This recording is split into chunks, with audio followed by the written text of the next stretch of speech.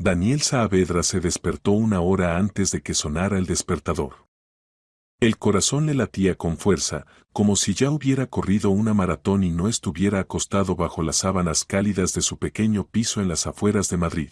Aquel día podía cambiarlo todo. La presentación del proyecto ante los inversores era su oportunidad de demostrar que 3 años de trabajo impecable en Cumber Capital no habían sido en vano. Se levantó y se acercó a la ventana. El amanecer de mayo teñía el cielo con tonos imposibles de rosa y dorado. Abajo ya se oía el rumor de los coches que se apresuraban a cumplir con sus rutinas matutinas. Daniel sonrió, normalmente odiaba madrugar, pero aquella mañana la ansiedad no le permitía dormir. ¿Ya estás despierto? La voz adormecida de Violeta llegó desde el dormitorio. Perdón, te desperté, respondió él, sentándose en el borde de la cama. Hoy es ese día. Violeta se incorporó apoyándose en un codo. Su cabello oscuro se desparramó sobre la almohada. Llevaban saliendo 2 años, y Daniel aún no se decidía a pedirle matrimonio, siempre lo posponía con la excusa de querer primero afianzarse económicamente, lograr estabilidad. Lo harás bien, sonrió ella. Eres un genio de las finanzas, todos en la oficina lo saben. Genio es mucho decir, Daniel se frotó el rostro. Pero el proyecto es bueno. Si Santiago Verdasco lo presenta bien y yo no meto la pata con las cifras, conseguiremos a ese inversor. 5 millones de euros. ¿Te imaginas? Imagino que te ascenderán, dijo ella estirándose. Y por fin dejarás de trabajar 12 horas al día. Daniel rió, aunque sabía que con un ascenso solo aumentarían las horas de trabajo. Pero también el sueldo, y eso significaba que podría ayudar a su madre. Esperanza Serrano llevaba medio año quejándose de dolores en las articulaciones y su pequeña pensión apenas alcanzaba para pagar los servicios, mucho menos los medicamentos. Mi madre me llamó ayer, dijo Daniel mirando por la ventana. El médico le recomendó un tratamiento de fisioterapia. No es barato. Si me dan el ascenso y la bonificación, podré pagar todo de una vez. Eres un buen hijo, Violeta lo abrazó. Tu madre debe estar muy orgullosa de ti. Espero que después de hoy tenga aún más motivos para estarlo. Daniel recorrió el piso revisando por última vez todos los detalles de la presentación. Sobre la mesa de la cocina estaban las hojas impresas con gráficos y tablas que había revisado hasta altas horas de la noche. Cada número, cada porcentaje, estaba calculado con precisión milimétrica. Gregorio Morales, decían, era capaz de detectar un error a kilómetros. Por eso Verdasco había elegido a Daniel para la presentación, sabía que Saavedra no cometía fallos. 1 hora más tarde, Daniel viajaba en el metro, sosteniendo una carpeta con los documentos impresos. La presentación estaba en su tableta, pero prefería tener una copia en papel, le parecía más seguro. El vagón estaba lleno y sofocante, los pasajeros miraban sus teléfonos en silencio. Daniel también sacó el suyo y repasó por 100ª vez los puntos clave de su exposición. Las 3 últimas semanas había trabajado sin descanso. Analizó el mercado, construyó modelos financieros, proyectó rentabilidades. Cada cifra, exacta. Cada gráfico, claro. Gregorio Morales, el posible inversor, era famoso por su minuciosidad. No invertía en proyectos que no comprendiera por completo. La presentación debía ser perfecta. Saavedra, mañana los deja sin palabras, le había escrito Óscar la noche anterior. Vi tus cálculos. Una obra maestra. Ojalá Gregorio Morales piense lo mismo, respondió Daniel. La oficina de Cumbre Capital ocupaba una planta entera de un moderno edificio de oficinas en el centro de Madrid. Daniel entró en el vestíbulo de cristal y diseño minimalista. El guardia le saludó con un gesto, él pasó su tarjeta por el torniquete y subió al 8º piso. Saavedra. Una voz potente lo hizo girar. Santiago Verdasco, socio director de la empresa, se acercaba a paso firme. Tenía unos 45 años, pero aparentaba menos, delgado, elegante, con un traje impecable y el cabello apenas plateado en las sienes. ¿Listo para la batalla? Completamente, Daniel se irguió. Verdasco siempre lograba ese efecto en él, enderezar la espalda y hablar con más seguridad de la que sentía. Perfecto. Gregorio Morales estará aquí a las 10 en punto. Tenemos 40 minutos para la presentación, luego preguntas. Yo hablaré de la estrategia, tú de los indicadores financieros y proyecciones. ¿Alguna duda? Ninguna. Bien. Nos vemos en la sala de conferencias. Y, Saavedra. Verdasco se giró justo antes de irse. No me falles. Este acuerdo puede elevar a nuestra compañía a otro nivel. No se trata solo de dinero, se trata de reputación. No sonó como una amenaza, pero Daniel sintió un escalofrío recorrerle la espalda. Verdasco era un jefe exigente. No, más que exigente, duro, pragmático, intolerante con los errores. Pero también justo. Si trabajabas bien, te valoraba y te pagaba acorde. Si no, la puerta era la única salida. Daniel se dirigió a su escritorio, encendió el ordenador y volvió a revisar sus cálculos. Sus compañeros fueron llegando poco a poco, algunos le sonrieron con gestos de apoyo. Todos sabían de la presentación. Suerte, Daniel, dijo Oscar dándole una palmada en el hombro. Vas a arrasar. Eso espero. Te preparaste 3 semanas. Todo saldrá perfecto. Eso espero. Dicen que Morales es de los que se fijan hasta en las comas. Por eso te eligió Verdasco. Eres maniáticamente preciso. Tienes todo bajo control. El reloj marcaba las 9:30. Daniel decidió salir con tiempo. Quería repasar mentalmente los puntos principales. Bajó a la calle. Junto al edificio había un gran centro comercial y se dirigió allí para tomar un café en una pequeña cafetería de la planta baja. La mañana de mayo era cálida, el aire olía a vida y frescura. La gente se apresuraba hacia sus trabajos o hacía compras. Daniel entró al centro comercial, ya saboreando el espresso que pensaba pedir, cuando escuchó un grito. ¡Ayuda! ¡Ayuda! Una niña no puede respirar. Se giró. Junto a las escaleras mecánicas una mujer mayor sostenía en brazos a una niña de unos 6 o 7 años. El rostro de la pequeña estaba rojo, casi púrpura, los ojos abiertos de terror. La niña intentaba respirar, pero el aire no pasaba. Una multitud comenzó a reunirse. Algunos sacaban sus móviles, dispuestos a grabar, otros murmuraban asustados, pero nadie se movía. Daniel no recordaba cómo llegó hasta allí. Un instante antes estaba en la fila del café y al siguiente ya estaba junto a la mujer y la niña que se asfixiaba. ¿Qué ha pasado?, preguntó Daniel, intentando hablar con calma aunque la adrenalina lo inundaba. Ella estaba comiendo un caramelo, la mujer sollozaba, y de pronto empezó a ahogarse. No sé qué hacer. Soy su niñera, Inés Ibáñez. Dios mío, ayúdeme. Llamé a sus padres, pero no contestan. Daniel miró a la niña. Era evidente, se estaba atragantando, las vías respiratorias bloqueadas. El rostro comenzaba a ponerse morado. Cada segundo contaba. Por un momento fugaz pensó en la presentación, en que Verdasco no podría hacerlo sin él, en los 5 millones de inversión, en el ascenso, en el tratamiento de su madre. Pero esas ideas desaparecieron tan rápido como surgieron. Delante de él una niña se moría. Nada más importaba. Démela. Daniel tomó a la pequeña en brazos. Era ligera, frágil, y eso hacía la escena aún más aterradora. La colocó de espaldas contra su pecho, cerró un puño justo encima del ombligo y empezó a realizar empujes rápidos hacia adentro y hacia arriba. La maniobra de Heinrich. La había visto en vídeos, leído sobre ella, pero jamás imaginó tener que aplicarla. Un empuje.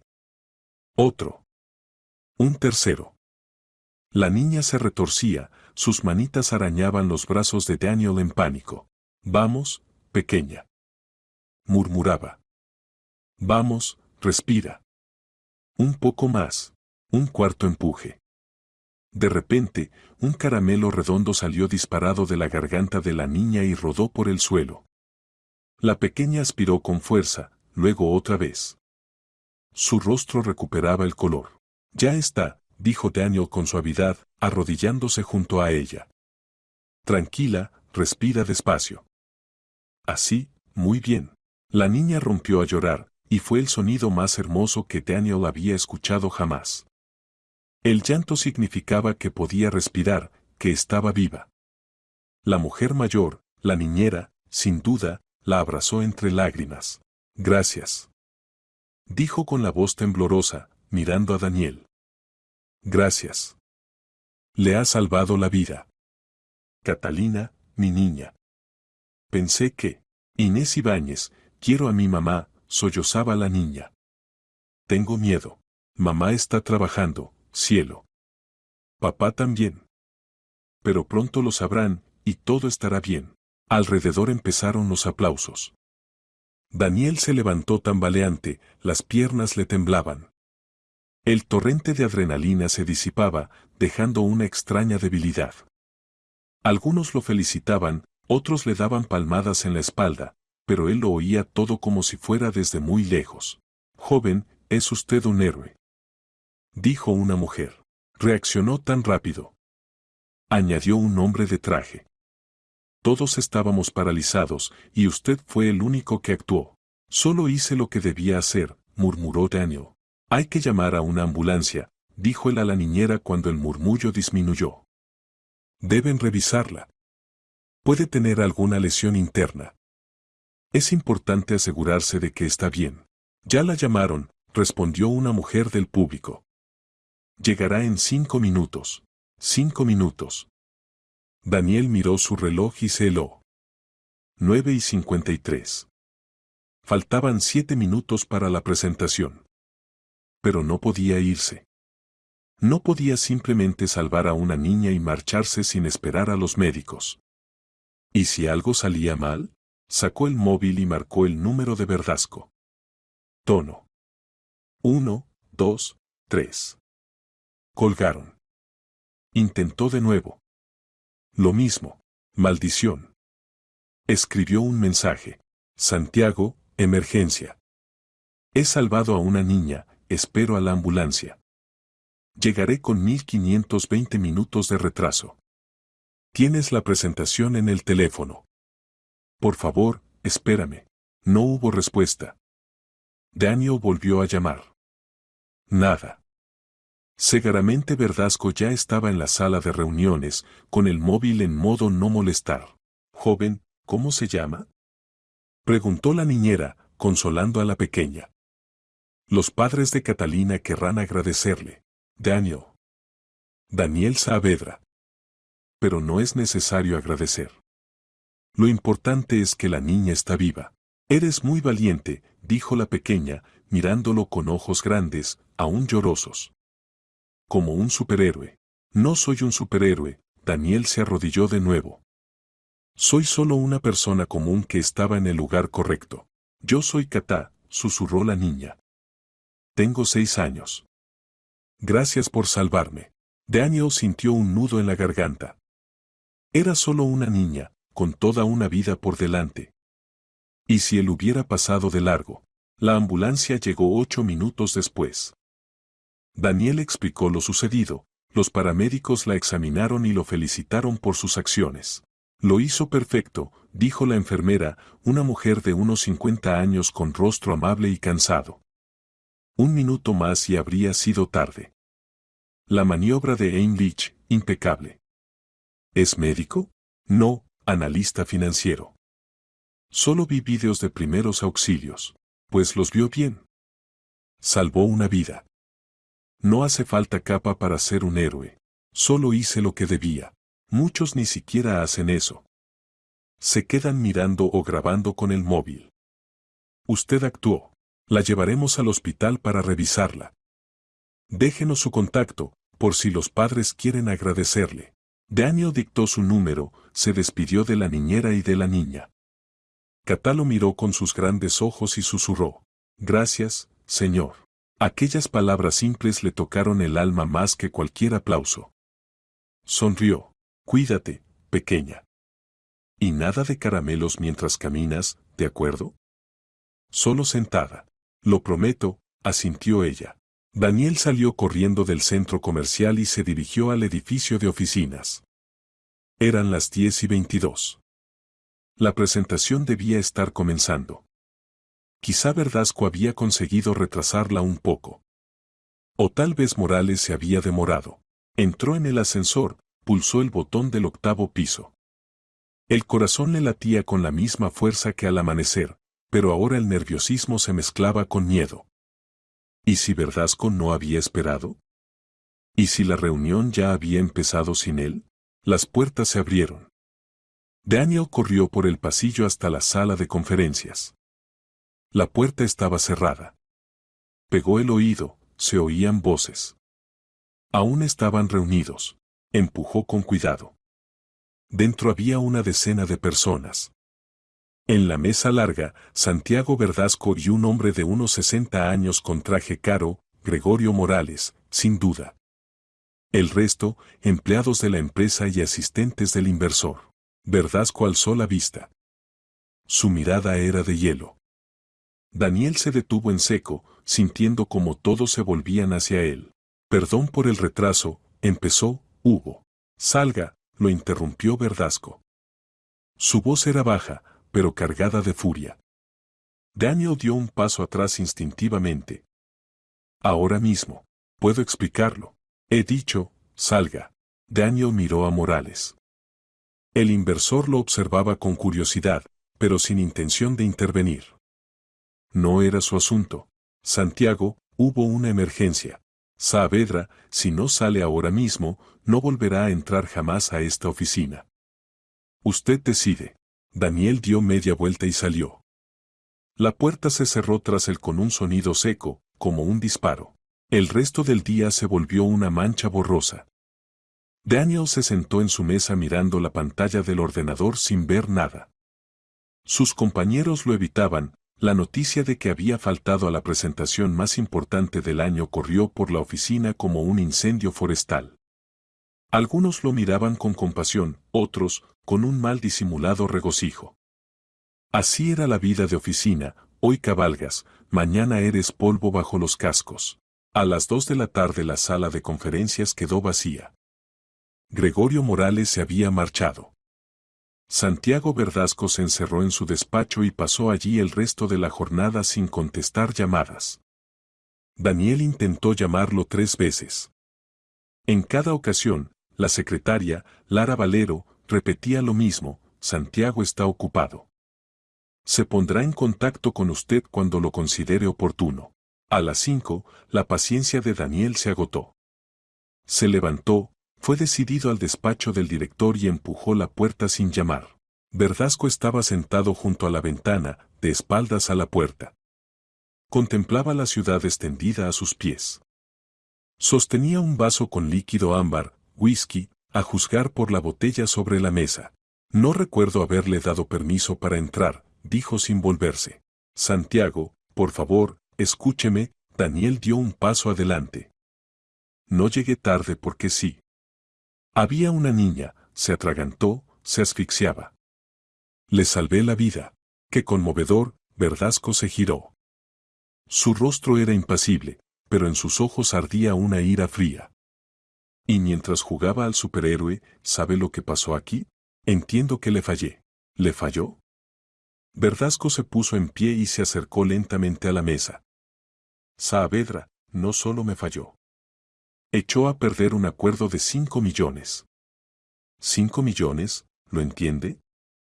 Gregorio Morales no vino por una presentación en PowerPoint. Quería cifras concretas, proyecciones financieras, análisis. Lo que estaba en su cabeza. Lo que usted debía presentar.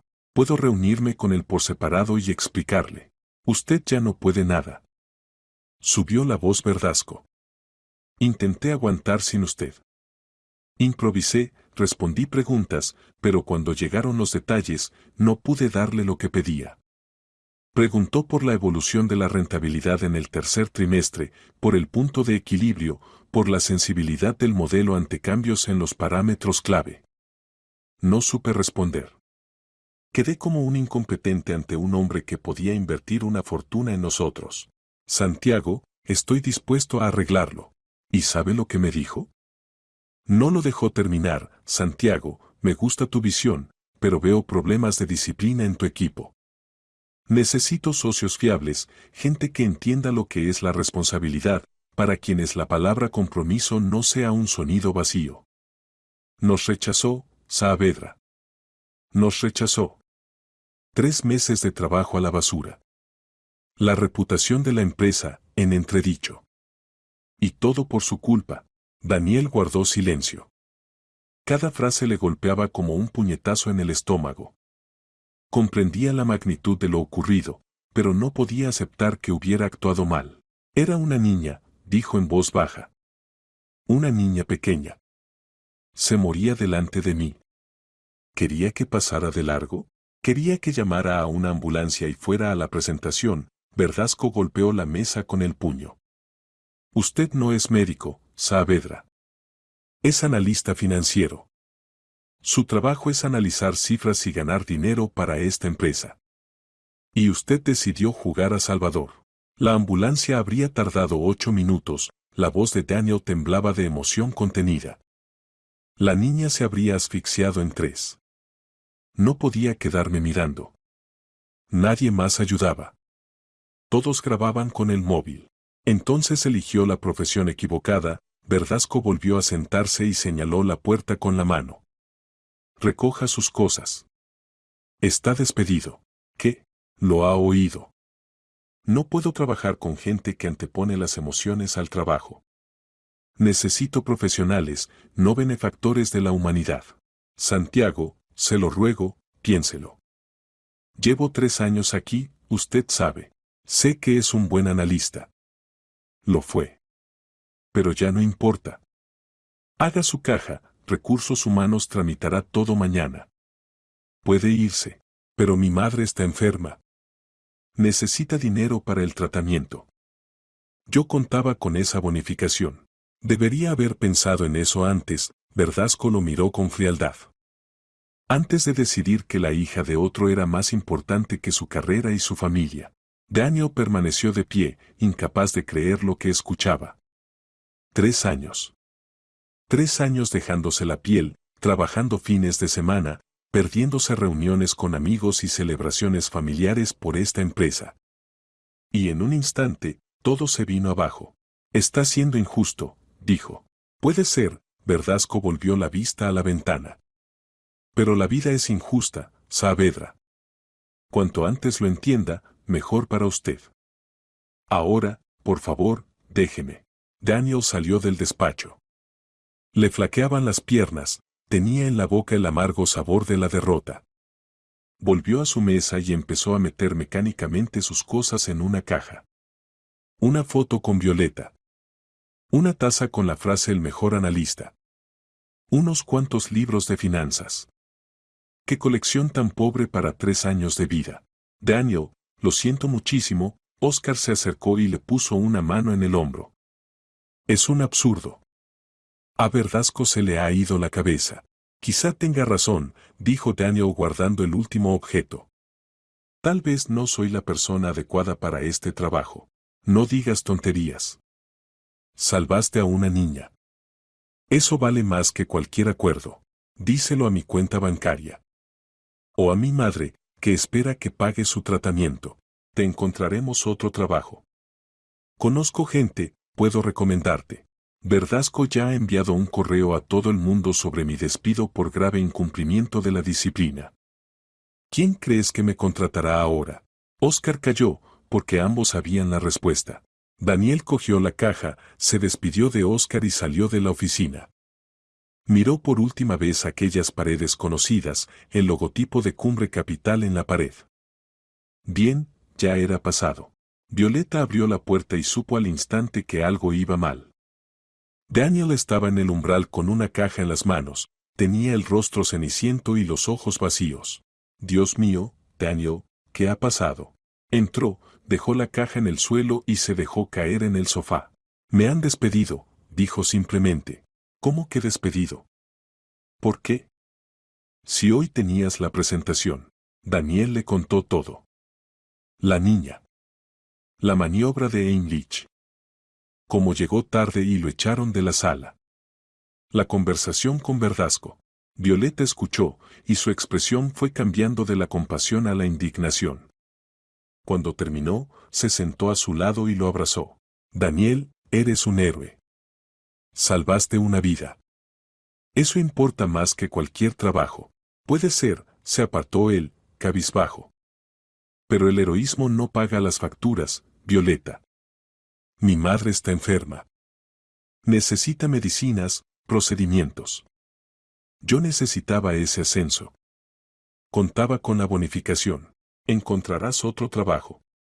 Tienes talento y experiencia. En finanzas todos se conocen. Si Verdasco corre la voz de que soy poco fiable, nadie me contratará. Y lo hará. Lo conozco. Entonces viviremos un tiempo con mi sueldo. Trabajo, saldremos adelante. Tu sueldo apenas cubre tus gastos. Yo tengo el préstamo del coche, el alquiler de este piso, mi madre. Se quedaron en silencio. Afuera caía la tarde. Daniel sentía crecer la ansiedad por dentro. ¿Qué le diría a su madre? ¿Cómo pagaría su tratamiento? ¿Cómo viviría él? Los días siguientes se convirtieron en una pesadilla. Daniel envió decenas de currículums a grandes empresas, medianas firmas, incluso a pequeñas startups. Llegaron pocas respuestas y las que llegaron fueron negativas. A veces amables, gracias por su interés, pero en este momento no consideramos su candidatura, a veces más directas, buscamos personal con reputación intachable y referencias de su anterior empleador. Verdasco cumplió su promesa. Daniel se enteró por casualidad, cuando un excompañero le escribió, Daniel, no sé qué pasó entre ustedes, pero Verdasco va diciendo que fallaste a la empresa en un momento crítico. Incluso puso en el grupo profesional que eres un especialista poco fiable, incapaz de priorizar. Es una mierda, pero prepárate. A la semana, Daniel empezó a beber. Al principio, poco, una cerveza por la noche para aliviar la tensión. Solo para relajarme, se decía. Luego más. A la semana siguiente ya compraba una botella de vodka cada 2 días. Violeta trató de frenarlo. Discutían cada vez más y más fuerte. Daniel, te estás destruyendo. Gritó tras otra borrachera. Mírate. Ni siquiera intentas buscar trabajo ya, porque nadie me contrata. Lanzó una botella vacía contra la pared, estalló en añicos. Verdasco arruinó mi reputación. Envié 40 currículums. 40. ¿Y sabes cuántas respuestas? 3. Y todas negativas. Prueba en otro sector. No tienen que ser las finanzas. Estudié 5 años. Construí una carrera. ¿Y ahora me pides que sea repartidor? Camarero, te pido que dejes de compadecerte y hagas algo. Cualquier trabajo es mejor que quedarte en casa bebiendo. Y yo te pido que me dejes en paz. ¿No lo entiendes? No sabes lo que es. Que no entiendo. Violeta cogió su bolso. Entiendo que la persona a la que amaba se está convirtiendo en un borracho ante mis ojos. Entiendo que has elegido la botella en lugar de luchar. Entonces vete. Gritó. Si soy tan malo, vete. Ella se detuvo en la puerta, con lágrimas corriéndole por las mejillas. ¿Sabes qué? Quizá me vaya. Porque no puedo ver cómo te matas. Esperanza Serrano llamó el sábado por la noche. Daniel estaba borracho, pero contestó. Hijo, tengo muy mal las piernas, la voz de su madre temblaba. El médico dice que necesito unas inyecciones especiales. Son caras. ¿Podrías? Mamá, ahora no puedo, apretó el teléfono. Yo mismo tengo problemas. ¿Qué ha pasado? ¿Estás enfermo? No. Yo perdí el trabajo. El silencio al otro lado fue atronador. ¿Cómo que lo perdiste? Es una historia larga. Encontraré otro, solo necesito tiempo. Hijo, no pasa nada. Me las arreglaré sin las inyecciones. Lo importante es que estés bien. Mamá, no digas eso. Conseguiré el dinero. Te lo prometo, cuídate tú primero. Yo esperaré. No hables así. Gritó, y su madre guardó silencio, asustada. Perdona. Perdóname, mamá. Yo encontraré una salida. Te lo prometo. Aquellas palabras le partieron el alma. Su madre siempre lo había puesto en primer lugar, incluso cuando ella misma necesitaba ayuda. Cuando su padre se fue, ella lo crió sola, trabajando en 2 empleos. Merecía algo mejor. Y él no podía darle ni para las medicinas. Después de esa llamada, Daniel se emborrachó hasta perder el sentido. Violeta lo encontró en la cocina, sentado en el suelo, apoyado contra la nevera, con una botella vacía en la mano. Basta, Daniel se agachó a su lado. Te estás matando. Tal vez deba ser así, rió entre lágrimas. ¿De qué sirvo? No pude asegurarle el tratamiento a mi madre. No consigo trabajo. Soy un inútil. No, lo abrazó. No eres un inútil. Salvaste a una niña. Elegiste lo correcto. ¿Y para qué me sirvió? Para acabar en la miseria y bebiendo. Mi madre sufre y yo no puedo hacer nada. Puedes dejar de beber. Puedes recomponerte. No puedo. Es demasiado tarde. He roto demasiadas cosas. Violeta guardó silencio un buen rato y luego dijo en voz baja. Si no paras, me iré.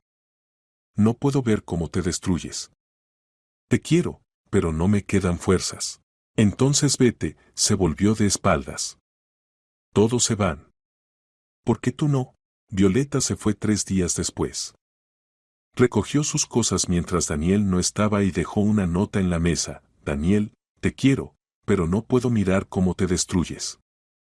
Cuando estés listo para volver a la vida, llámame. Te esperaré. Pero no para siempre. Daniel leyó la nota y abrió otra botella. Pasó un mes. Daniel se había convertido en la sombra de sí mismo. No se afeitaba, casi no comía y bebía todos los días. El dinero se esfumaba a una velocidad alarmante. El alquiler del piso, los recibos, la comida, aunque apenas probaba bocado, y, por supuesto, el alcohol. Todo devoraba sus ahorros, que como mucho le alcanzarían para otro mes o mes y medio. El piso se convirtió en un vertedero. Botellas vacías por todas partes, platos sucios amontonados en el fregadero, ropa tirada por todas las habitaciones. Las cortinas permanecían cerradas, Daniel no soportaba la luz.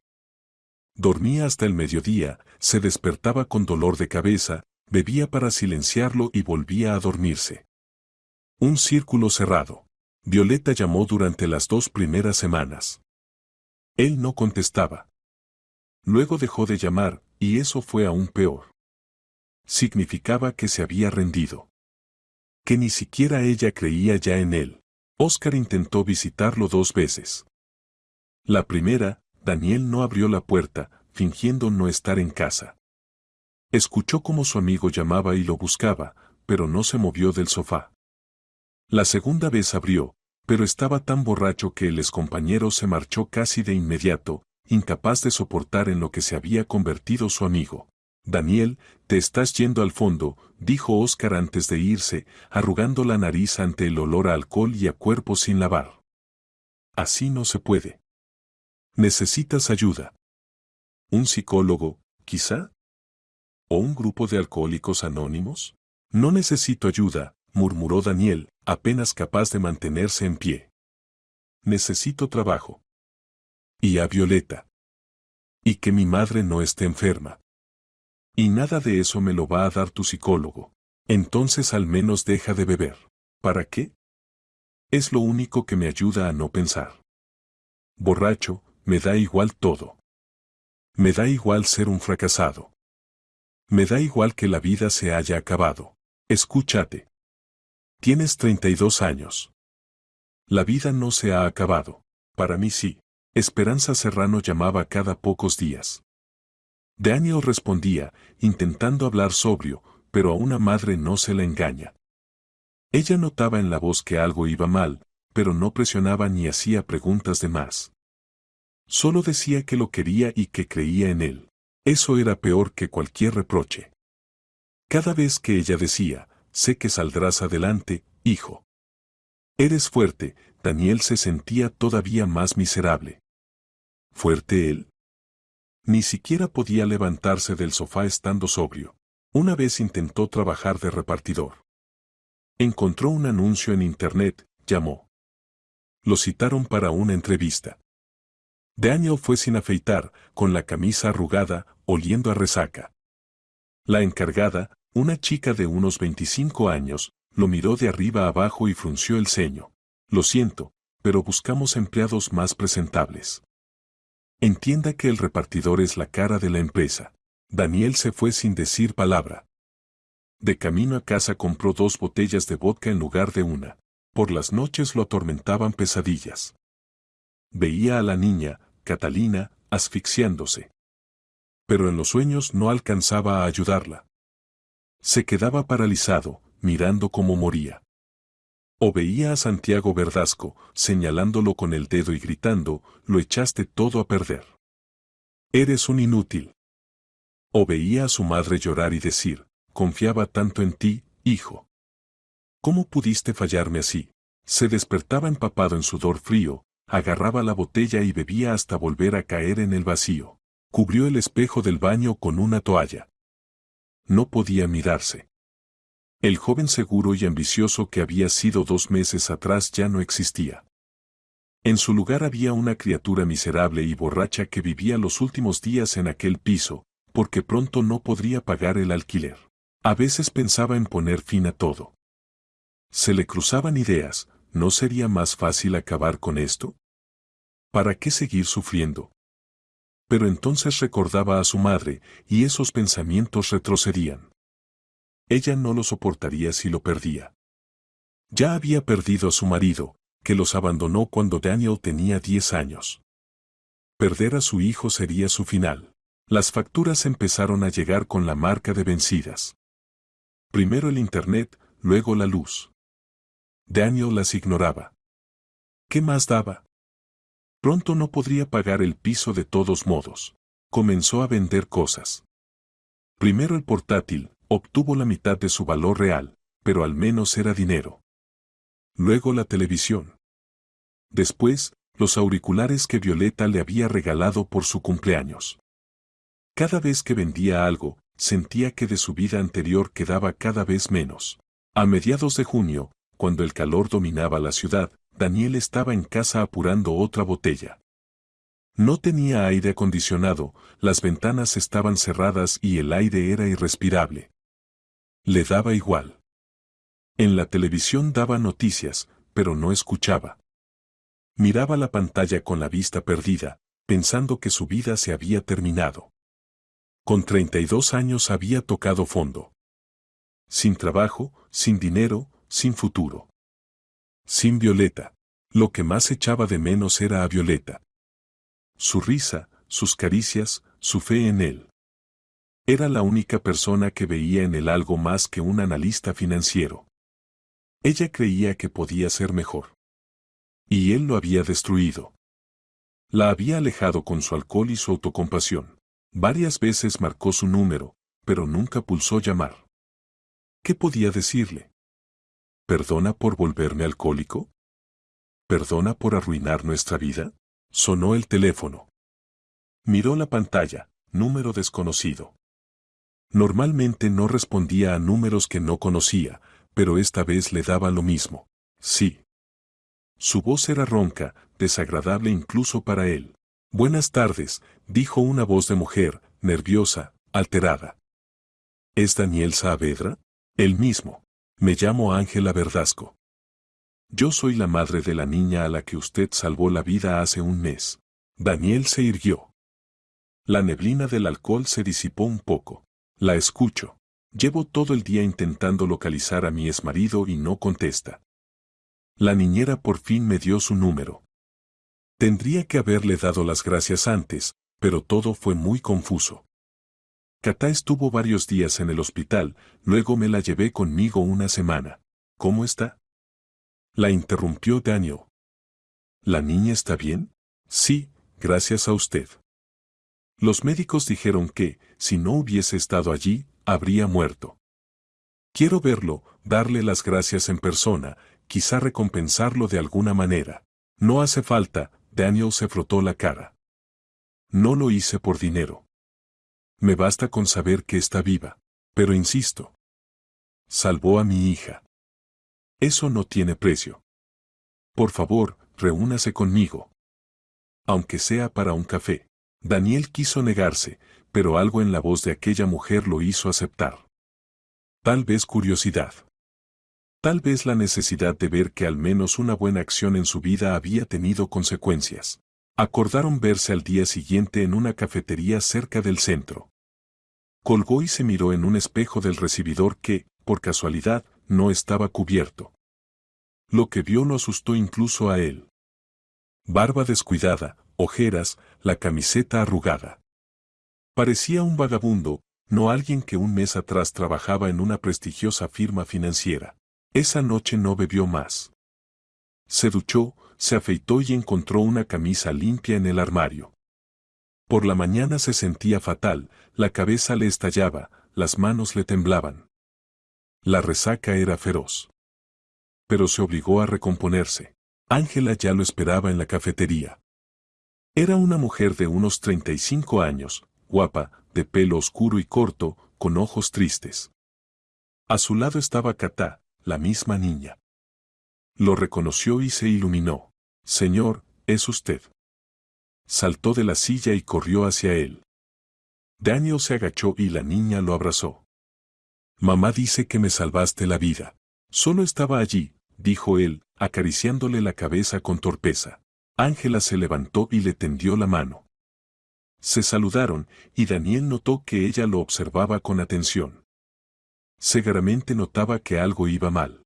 Gracias por venir, dijo ella. Siéntese, por favor. Pidieron café. Katá parloteó sobre el hospital, lo asustada que estuvo y lo bien que estaba ahora. Ángela la escuchaba con amor y un pozo de dolor en los ojos.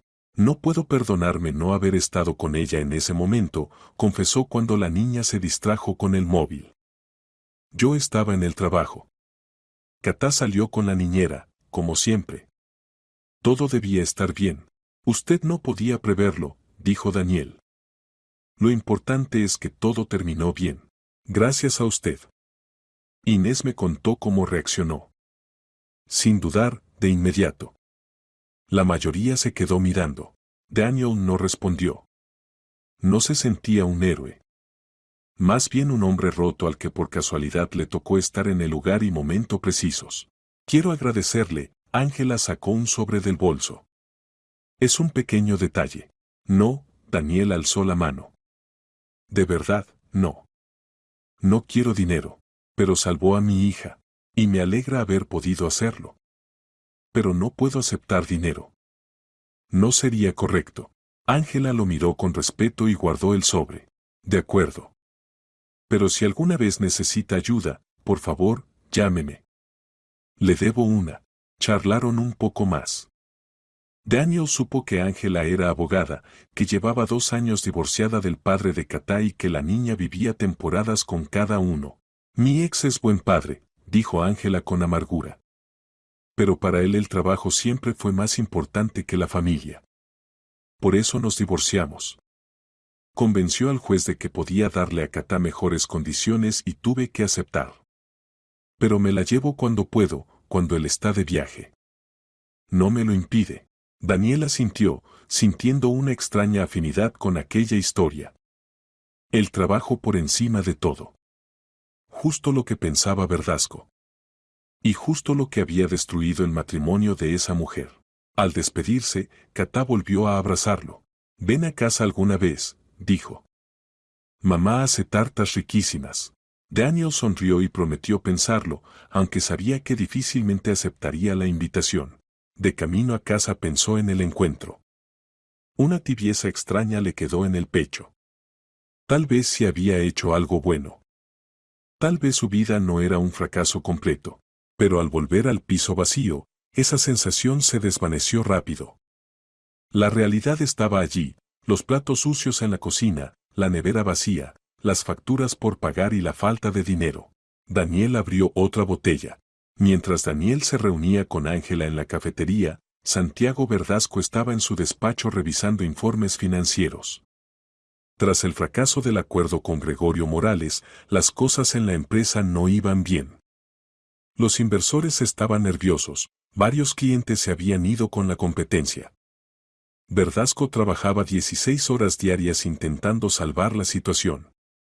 Justo después de despedir a Daniel, había pasado 3 semanas en Valencia negociando con nuevos inversores. Recién había vuelto a la oficina. El teléfono no paró de sonar en todo el día, pero ignoró la mayoría de las llamadas. Cuando apareció en la pantalla el número de su exmujer, también pensó en rechazarla, pero algo lo hizo contestar. ¿Ángela? ¿Qué ocurre? ¿Dónde estabas? La voz de ella temblaba de rabia y miedo. Te he llamado todo el día. Estaba ocupado. Trabajo, por si lo has olvidado. Tu trabajo casi mata a nuestra hija. Verdasco se quedó quieto. Todas las ideas sobre los informes y los clientes se evaporaron. ¿Qué has dicho? Ingresaron a Catá en el hospital. Ángela lloraba. Hace un mes. Se atragantó en un centro comercial y tú eras inaccesible. La niñera intentó llamarte, los médicos intentaron, yo intenté. Pero no contestabas. ¿Hace un mes? Verdasco intentó recordar. Hace un mes el día de la presentación. El día en que Saavedra llegó tarde y todo se vino abajo. ¿Y por qué no me lo dijiste? Lo intenté. Pero estabas ilocalizable entonces y después me dijeron que estabas de viaje, luego estaba tan enfadada que decidí no llamarte. Catá estaba en el hospital, tenía miedo, y su padre estaba demasiado ocupado para contestar una llamada. Ángela, cálmate. ¿Cómo está ahora? ¿Qué pasó? Su exmujer le contó todo. Que Catá paseaba con la niñera Inés Ibáñez, que comió un caramelo y se atragantó, que se asfixiaba en medio del centro comercial. Que un desconocido le salvó la vida aplicándole la maniobra de Heimlich. Los médicos dicen que un minuto más y habría sido tarde, la voz de Ángela temblaba. Ese hombre salvó a nuestra hija, Santiago. Y tú ni siquiera sabías que estaba en peligro. No lo sabía, Ángela. Sabes que lo habría dejado todo si lo hubiera sabido. ¿Qué lo sé? Rió con amargura. Nunca dejaste nada por la familia. Por eso me fui, ¿recuerdas? El trabajo siempre por delante. Apagabas el móvil por trabajo, ignorabas llamadas, desaparecías sin avisar. Eso no es justo. Es justo. Y ahora sé que tenía razón al marcharme. Adiós, Santiago. Colgó. Verdasco permaneció inmóvil, con el teléfono aún pegado al oído. En su cabeza giraba una idea, hace un mes. El día de la presentación. El centro comercial junto a la oficina. De pronto lo entendió. Saavedra. Había sido Saavedra. Cogió el teléfono y marcó el número de Inés Ibáñez. La niñera respondió tras el tercer tono. Inés, habla Santiago Verdasco. Cuénteme qué pasó con Catá hace un mes.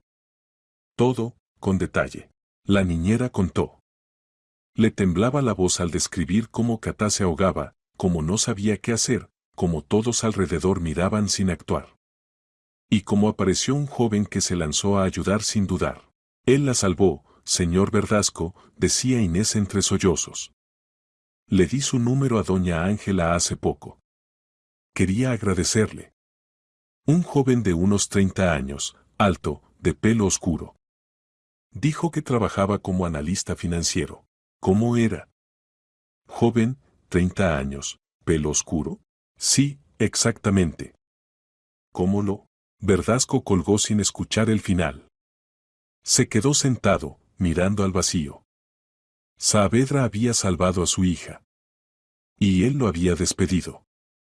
No solo despedido, había destruido su carrera, esparcido rumores, hecho lo posible para que nadie lo contratara. ¿Qué había hecho? Se levantó y empezó a pasearse por el despacho. Las piezas encajaban en un cuadro espantoso. Saavedra no llegó tarde por irresponsable. Llegó tarde porque estaba salvando una vida. La vida de su única hija. Y en lugar de agradecérselo, lo echó. Agarró la chaqueta y salió corriendo del despacho. Le pidió a su secretaria que averiguara de inmediato la dirección de Daniel.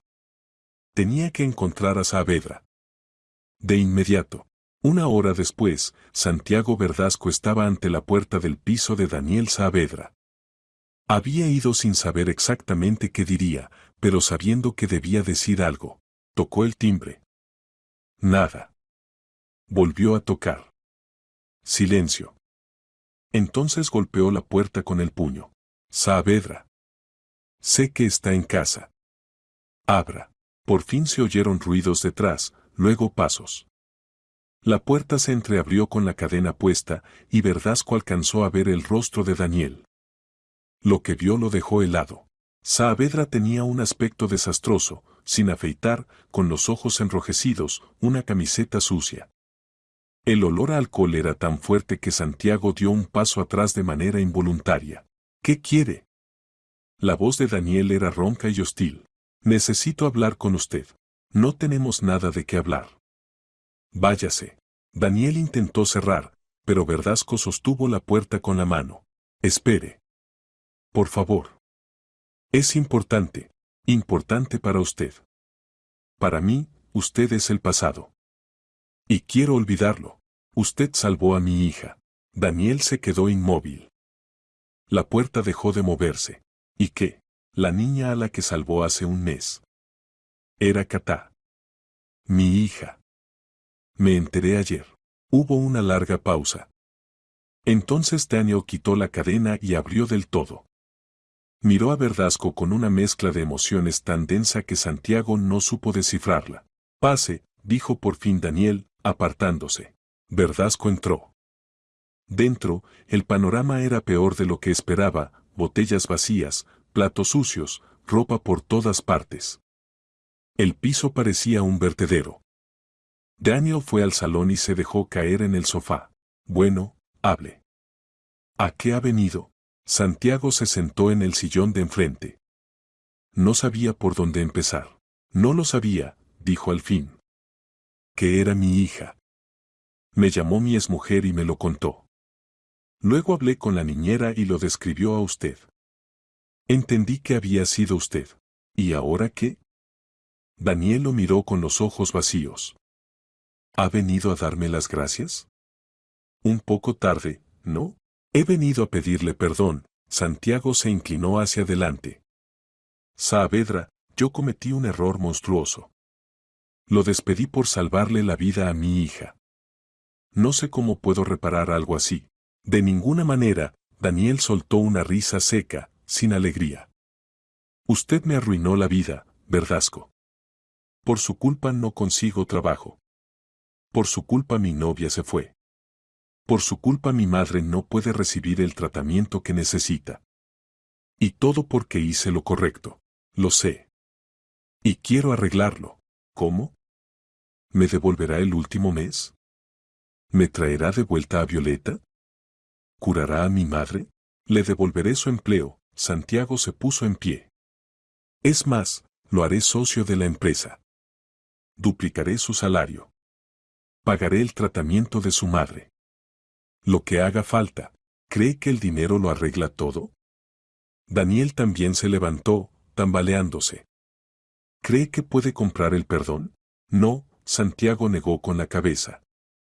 No creo que pueda comprarlo. Pero al menos quiero intentar reparar lo que hice. Usted salvó a mi hija, Saavedra. Si no hubiera sido por usted, yo la habría enterrado. ¿Lo entiende? Daniel guardó silencio. En sus ojos luchaban la rabia y el dolor. No quiero su gratitud, dijo al fin. No quiero su lástima. Solo quiero que me deje en paz.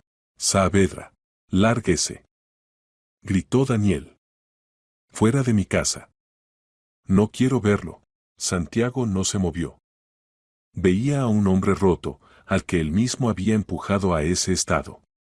Y sabía que no podía simplemente marcharse. De acuerdo, dijo en voz baja. Me iré. Pero volveré. Y seguiré volviendo hasta que me permita enmendar esto. Se dio la vuelta y salió. La puerta se cerró tras él con un ruido seco, como un latigazo. Santiago bajó a la calle. El sol de verano le golpeaba los ojos, pero ni lo notó.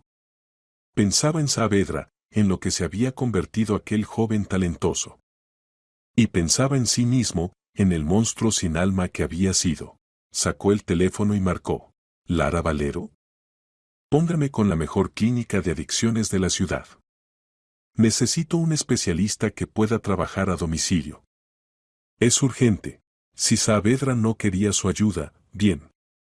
Verdasco se la daría de todas formas. Aunque tuviera que actuar contra la voluntad de Daniel. Durante los 3 días siguientes, Verdasco no aflojó. Iba cada mañana a casa de Daniel, llamaba a la puerta, intentaba hablar. Daniel no abría. El segundo día, Santiago dejó en el felpudo una bolsa con comida, platos preparados del restaurante, fruta, agua. El tercero, un sobre con dinero y una nota, para su madre. Para el tratamiento. 1.000 euros. No es un soborno ni un pago por salvar a Katá. Es ayuda para alguien que la necesita. Daniel abrió por fin al cuarto día. Estaba algo más sobrio que la última vez, pero seguía con un aspecto terrible. Le temblaban las manos, tenía los ojos rojos e inflamados, la piel cetrina. ¿No va a dejarme en paz?, preguntó cansado, agarrándose al marco. No, respondió Santiago. No voy a dejarle en paz. ¿Qué quiere de mí? Quiero que acepte mi ayuda. Quiero sacarlo de este agujero. Quiero reparar lo que hice. ¿Para limpiar su conciencia? Puede ser, Santiago no mintió. Pero también porque usted no merece lo que le ha pasado. Es buena persona, Saavedra. Mejor de lo que yo he sido nunca. Daniel lo miró largo rato y luego se apartó. Pase. Se sentaron en el salón. Esta vez, Santiago había traído un termo de café caliente y una bolsa con croissants recién hechos de una boulangerie. Daniel tomó uno y empezó a comer despacio, con cuidado. Santiago notó que le temblaban tanto las manos que las migas caían al suelo. He traído a un médico, dijo Santiago. Un especialista en adicciones de la mejor clínica de Madrid. El doctor Marcos. Está abajo, en el coche. Puede ayudarle a dejar la bebida. Tiene muchísima experiencia con dependencias. No soy alcohólico, Daniel dejó el croissant a medio comer. Solo estoy pasando un momento difícil. Es temporal. Bebe todos los días de la mañana a la noche. Eso es alcoholismo, Saavedra. Un hecho médico. Y si no se detiene ahora mismo, irá a peor. Fallará el hígado. O el corazón. O el cerebro. Morirá, y solo tiene 32 años. ¿Y a usted qué más le da? Daniel lo desafió con la mirada.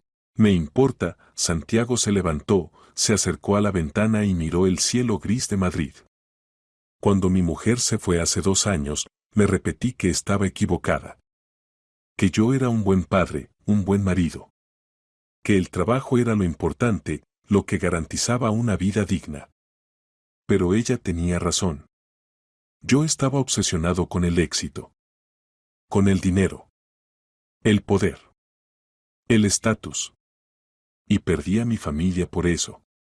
Perdí a la mujer a la que un día amé. Casi pierdo el vínculo con mi hija. ¿Y qué ha cambiado ahora? Nada. Hasta el día que supe lo que le pasó a Katá, cuando entendí que podía haberla perdido para siempre y no la perdí solo porque usted estuvo allí en el momento justo, algo se quebró dentro de mí. Algo esencial. Comprendí que había perseguido lo equivocado toda mi vida. El dinero, los éxitos, los acuerdos, las presentaciones, pura nada comparado con las personas que amas. Con la vida de un niño. De cualquier niño. Daniel no dijo nada. Déjeme ayudarle. Santiago se volvió hacia él, con algo nuevo en los ojos, sinceridad, arrepentimiento. No por mí. No para que yo me sienta mejor. Por usted. Por su madre, que espera la ayuda de su único hijo. Por su chica, que estoy seguro aún le quiere. Usted merece una segunda oportunidad. Todos la merecen. Daniel se cubrió el rostro con las manos. Los hombros le temblaron. Santiago entendió que estaba llorando, por primera vez en todo ese tiempo, no de rabia ni de autocompasión, sino de alivio, de esperanza. No sé cómo salir, susurró Daniel con voz de niño perdido. He caído demasiado. No veo la salida.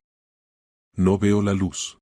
Entonces déjeme mostrársela. Santiago se sentó a su lado y le puso una mano en el hombro. Usted salvó a mi hija. A mi única hija. Déjeme salvarle a usted. Es lo mínimo que puedo hacer. Daniel bajó las manos. Tenía los ojos rojos, pero en ellos apareció algo que no había estado en los últimos 3 meses, esperanza. Una chispa diminuta. De acuerdo, dijo con voz áspera. De acuerdo. Lo intentaré. Quiero intentarlo. Santiago llamó al médico. El doctor Marco subió, un hombre de unos 50 años, rostro bondadoso e inteligente, modales tranquilos. Examinó a Daniel con profesionalidad y detalle, le hizo muchas preguntas sobre la frecuencia y cantidad de alcohol, sobre síntomas y estado general, luego sacó de su maletín medicación y vitaminas. No será fácil, dijo serio, mirándolo a los ojos. Los primeros 3 a 5 días serán especialmente duros. El síndrome de abstinencia no es broma. Temblor, náuseas, pesadillas y alucinaciones. Posibles convulsiones. Pero si de verdad quiere dejarlo, si tiene motivación, lo logrará. Vendré cada día, por la mañana y por la tarde, para controlar su estado y ajustar el tratamiento. Quiero, asintió Daniel con firmeza. Quiero volver a la vida normal. Quiero volver a ser una persona. Ese mismo día, Santiago organizó una limpieza a fondo del piso.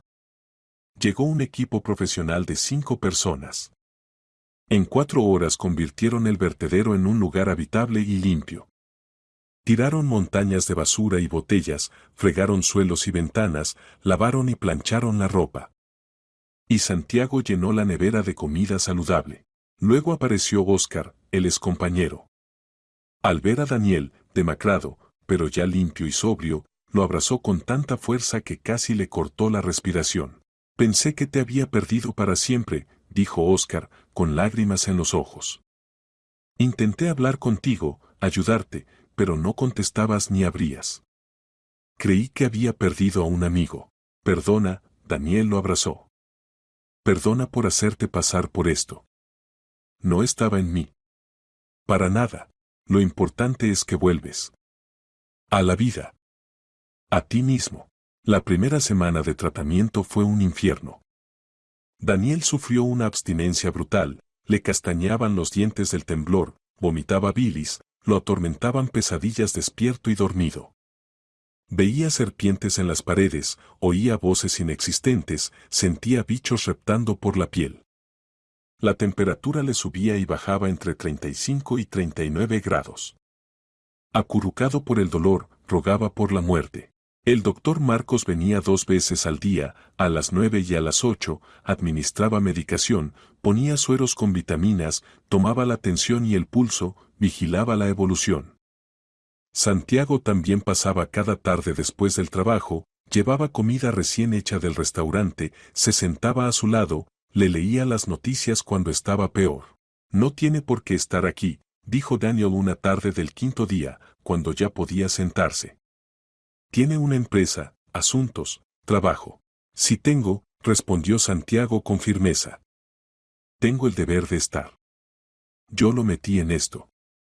Destruí su vida. Ahora le ayudaré a reconstruirla. Es mi obligación. Mi obligación moral. 10 días después, Daniel estaba mucho mejor. La abstinencia remitió, el temblor casi desapareció, las pesadillas se hicieron raras. Dejó el alcohol por completo, ni una gota. Empezó con ejercicio suave, flexiones, sentadillas, paseos por el parque.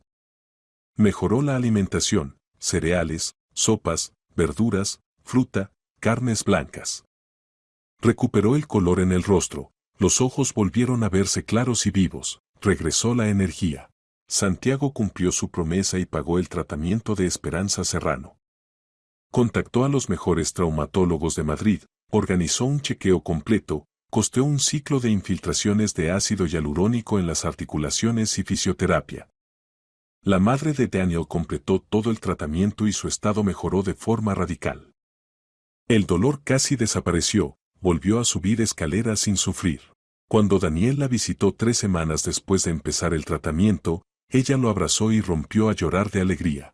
«Hijo, vuelves a parecer mi niño», dijo, acariciándole la mejilla con la mano temblorosa. «Mi buen y listo muchacho. Tenía tanto miedo de perderte. Tanto miedo. No me perderás, mamá. Nunca. Te lo prometo. No volveré a beber. Ni una gota. Jamás. Te creo, hijo. Siempre he creído en ti». 5 semanas después de que Santiago Verdasco apareciera por primera vez ofreciéndole ayuda, Daniel Saavedra volvió a la oficina de Cumbre Capital. Esta vez no como un simple analista financiero, sino como socio junior de la firma, con un 3% de participación y los derechos correspondientes. Verdasco cumplió todas sus promesas y aún más. Además, pidió disculpas en público ante todo el equipo por lo duro e injusto que había sido con Daniel. Convocó a toda la plantilla en la gran sala de conferencias y explicó la verdadera razón de aquel despido y todo lo que vino después. «Colegas, amigos», dijo ante el micrófono, con una voz inusualmente suave y sincera. «Hace 3 meses cometí uno de los mayores errores de mi vida. Despedí a Daniel Saavedra por llegar tarde a una presentación importante. No quise escuchar explicaciones. No le di opción de defenderse. Estaba furioso, decepcionado y obsesionado con el acuerdo que perdimos. Pero la verdad es que Saavedra no llegó tarde por irresponsable o desorganizado. Llegó tarde porque estaba salvando una vida. La de una niña de 6 años que se atragantó y se asfixiaba en un centro comercial. Y esa niña resultó ser mi hija. Mi propia hija, Katá. Saavedra le salvó la vida a mi niña, y yo lo despedí por ello. No solo lo despedí, destruí su reputación, difundí información falsa sobre su falta de fiabilidad, hice cuanto pude para que no encontrara trabajo. Estaba ciego. Valoré el beneficio y los acuerdos por encima de la vida humana. Por encima de la vida de mi propia hija. Pero todo ha cambiado. Para siempre. Desde hoy, esta empresa se regirá por otros valores. Sí, seguiremos ganando dinero. Sí, cerraremos buenos acuerdos. Pero también recordaremos que somos personas, no máquinas de hacer dinero. Que hay cosas más importantes que el beneficio trimestral. A Daniel lo recibieron con una ovación larga, que no cesó en varios minutos. Óscar lo abrazó como a un hermano, otros le estrecharon la mano, le dieron palmadas en el hombro, lo felicitaron por el regreso y el ascenso. Varias compañeras no pudieron contener las lágrimas mientras escuchaban la historia.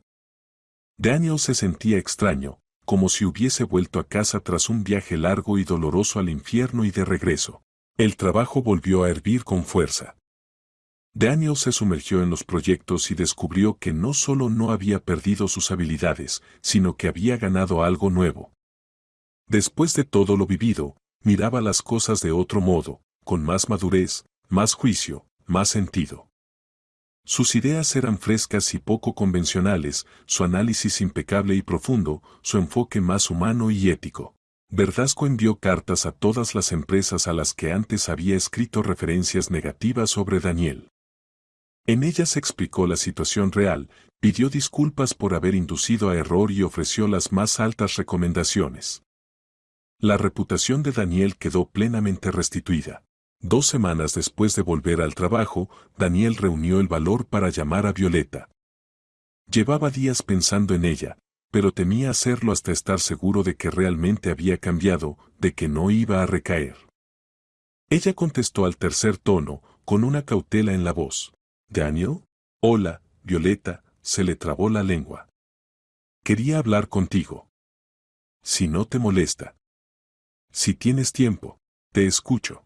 No por teléfono. En persona. ¿Podemos vernos? Por favor. Una larga pausa.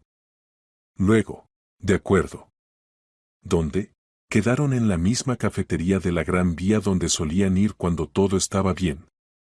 Violeta llegó puntual, tan guapa como siempre, el pelo oscuro suelto sobre los hombros, un vestido veraniego ligero, casi sin maquillaje.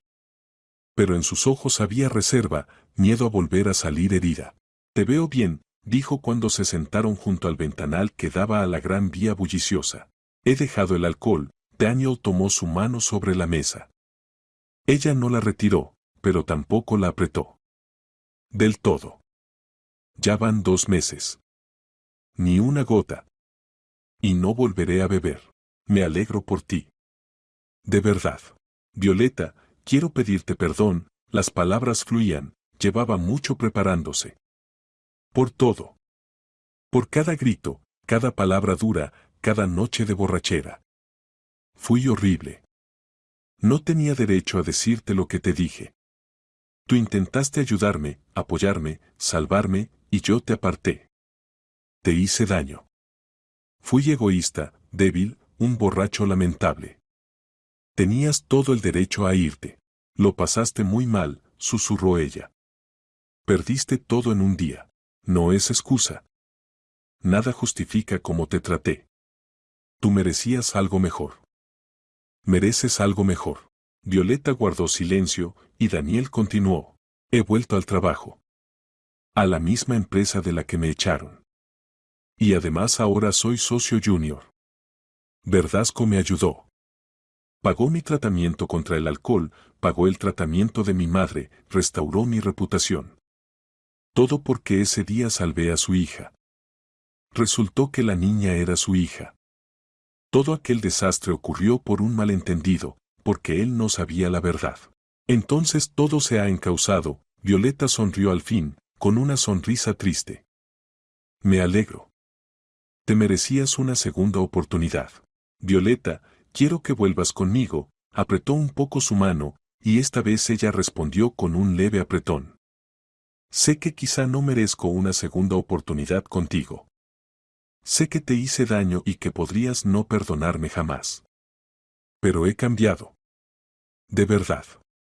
Ya no soy ese hombre roto, amargado y borracho de hace 3 meses.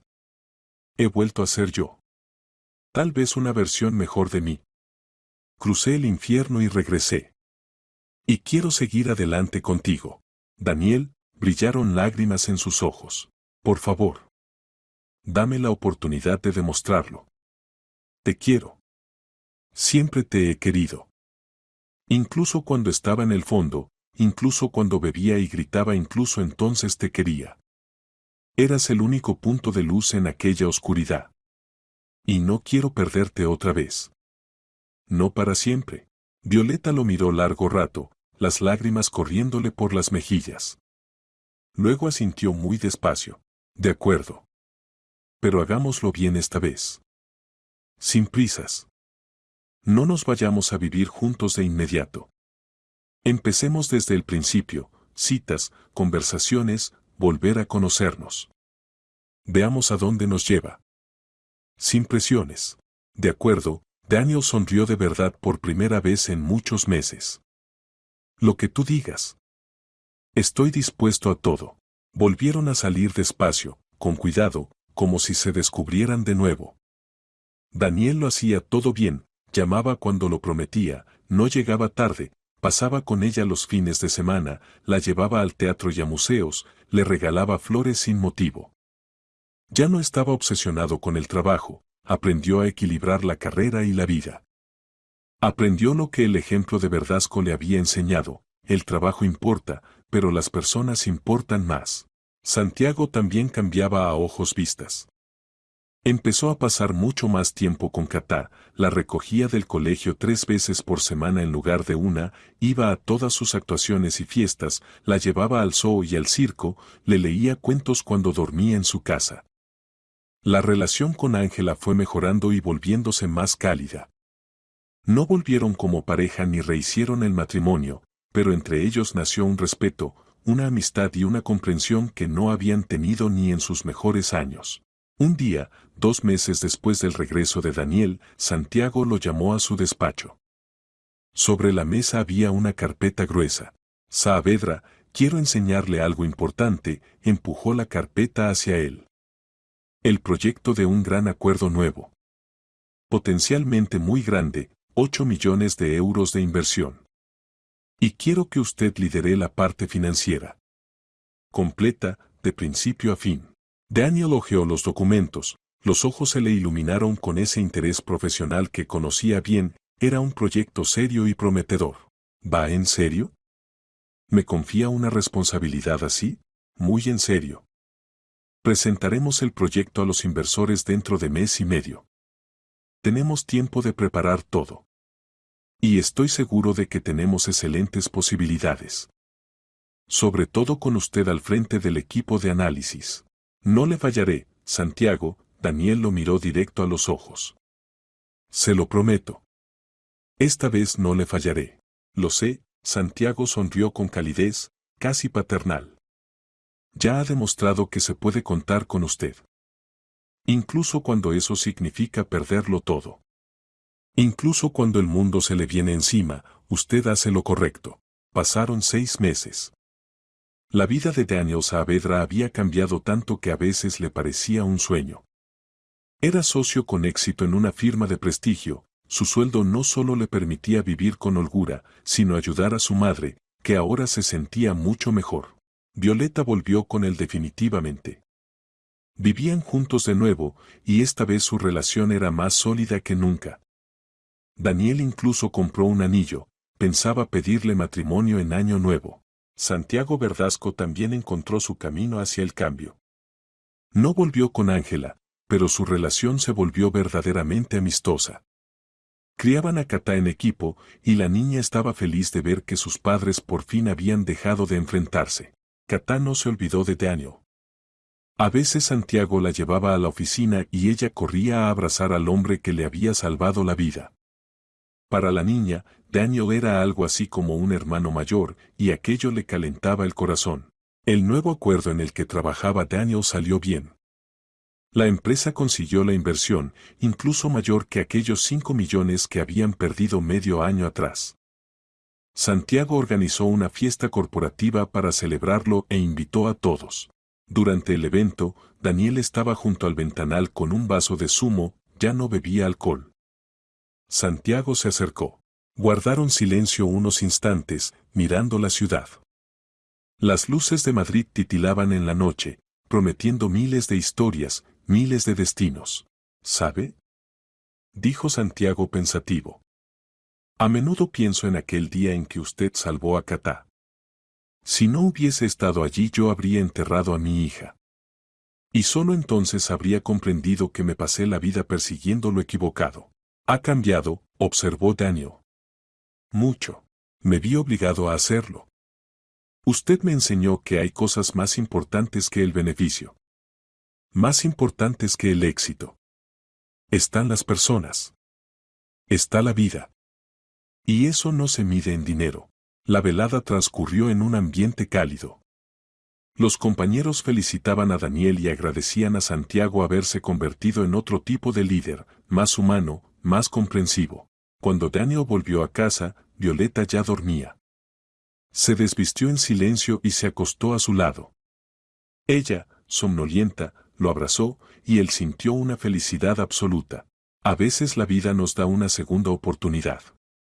A veces caemos tan hondo que parece no haber camino de vuelta. Pero si hay alguien dispuesto a tender la mano, y si estamos dispuestos a aceptarla y cambiar, todo es posible. Daniel Saavedra recibió su segunda oportunidad, y no pensaba desperdiciarla.